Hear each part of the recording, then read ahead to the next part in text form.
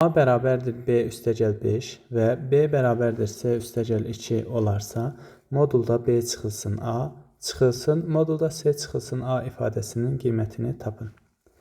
A bərabərdir B üstəgəl 5 olduğundan, buradan alırıq ki, A çıxılsın B bərabərdir 5-dir.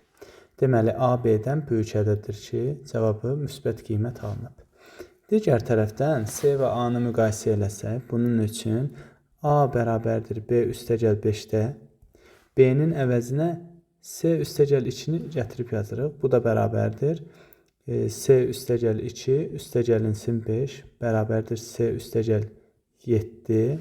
Buradan da C-ni sol tərəfə keçirsək, A çıxılsın C bərabərdir 7 alınır ki, A böyükdür C olduğunu müəyyən edirik. Çünki yekun cavab müsbət qiymətdir.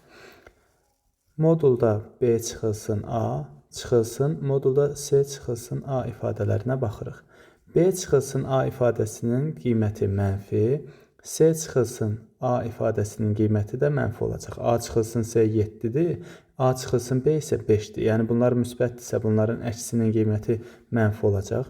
Modulun tərifinə görə, əgər modulun daxili mənfi olarsa əksi, yəni A çıxılsın B, çıxılsın, ikinci moduldan da yenə əksi A çıxılsın C çıxacaq. Bu da bərabərdir.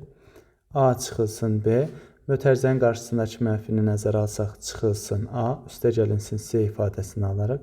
Buradan A-lar islah olundu. C çıxılsın B ifadəsini aldıq. C çıxılsın B ifadəsini isə ikinci ifadədən, yəni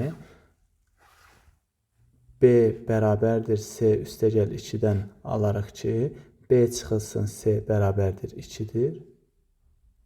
Bu ifadənin də qarşısına mənfi işarəsini çıxarsaq, mənfi B çıxılsın C olar. Bu da bərabərdir mənfi 2 olar. Doğru cavabımız D variantı oldu.